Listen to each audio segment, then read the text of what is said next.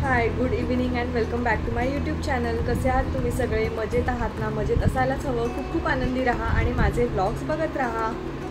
तर आजच्या व्लॉगमध्ये ना मी तुमच्या सगळ्यांसोबत शेवयांची खीर, जी बारीक शेवया असतात ना, तर त्यांची दाटसर अशी आणि आपण एक घास घेताच तोंडात अशी विरघळेल अशी शेवयांची खीरीची रेसिपी मी तुमच्यासोबत शेअर करणार आहे. तर हा व्लॉग शेवटपर्यंत बघत राहा.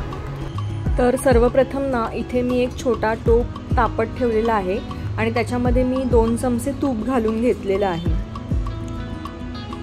त्याच्यानंतर आपल्याला काय करायचं आहे ना, ही अर्धी वाटी आपल्याला बारीक शेवया घ्यायच्यात. ज्या लांब शेवया असतात ना खाकी कवरमधल्या, त्या हाताने व्यवस्थित अशा चुरून घ्यायच्यात आणि त्याच्यानंतर त्या आपल्याला तुपामध्ये गोल्डन ब्राऊन होईपर्यंत व्यवस्थित अशा परतून घ्यायच्यात.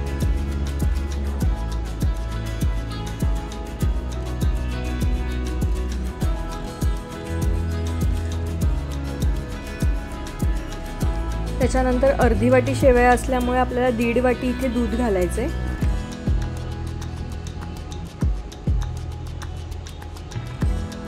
आणि दूध घातल्यानंतर सुद्धा आपल्याला एकदम व्यवस्थित असं परतून घ्यायचंय.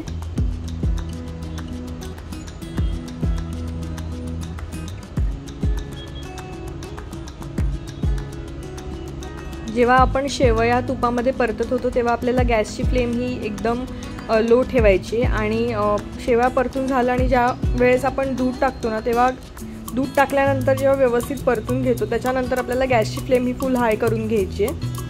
आणि आता आपल्याला साखर टाकून घ्यायची आहे. आता इथे मी 3 मोठे चमचे साखर टाकलेली आहे आणि एका साईडला मी इथे 3 ते 4 वेलच्यासुद्धा कुटून घेते. वेलचीमुळे गोड पदार्थामधला स्वाद खूप सुंदर येतो, त्याच्यामुळे वेलची ही टाकावीच.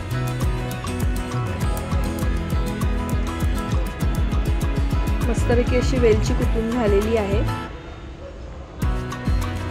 तर आता आपण त्या दुधामध्ये वेलची टाकून घेतली आहे आणि व्यवस्थित एकदा परतून घ्यायचं आहे, म्हणजे जो वेलचीचा जो फ्लेवर आहे ना तो सगळा त्या खिरीमध्ये उतरेल.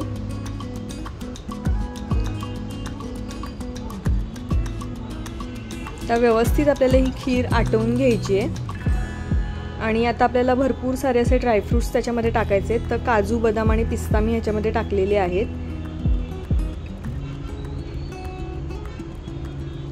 दिसायलाच किती सुंदर दिसते आणि जेवढी आपण ती दाट करू ना, आटवून घेऊ ना, तेवढा त्याचा स्वाद अजून एन्हान्स होणार. त्याच्यामुळे आपल्याला ती मीडियम गॅसवर आता एकदम आटवून घ्यायची आहे. आणि त्याच्यानंतर आपल्याला त्याच्यामध्ये 3 ते 4 केशराच्या धागेसुद्धा घालून घ्यायचे.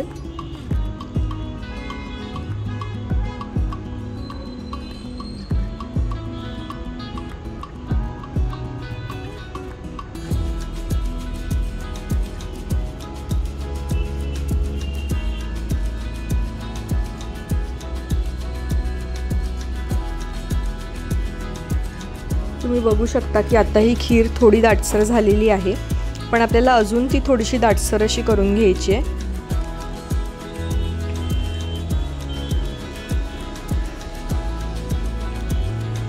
तर साधारणतः 10-1 मिनिटात आपली ही खीर रेडी होऊन जाते आणि चवीला खूप सुंदर लागते. झटकीपट होते बारीक शेवयांची खीर. तर तुम्हाला ही रेसिपी कशी वाटली हे मला नक्की कमेंट करून सांगा. तर वरती बघा मी मस्तपैकी असे पिस्त्याचे काप लावलेले आहेत. पिस्त्यामुळे एक वेगळाच असा फ्लेवर क्रिएट होतो. तर सुंदर अशी दाटसर अशी आपली बारीक शेवयांची खीर झटकीपट 10 मिनिटात रेडी झालेली आहे.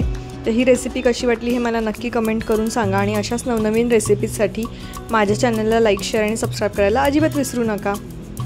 तर भेटूयात आपण नेक्स्ट व्लॉगमध्ये.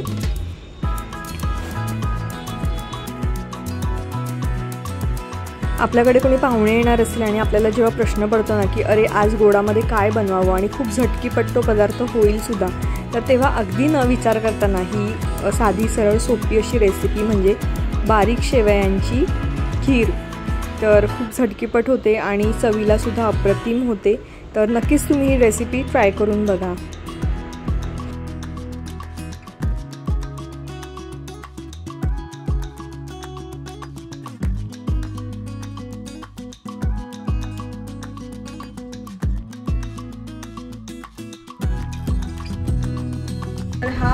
बारीक शेवयांच्या खिरीचा व्लॉग, जी रेसिपी मी तुमच्यासोबत शेअर केली, ते तुम्हाला कसं वाटलं हे मला नक्की कमेंट करून सांगा.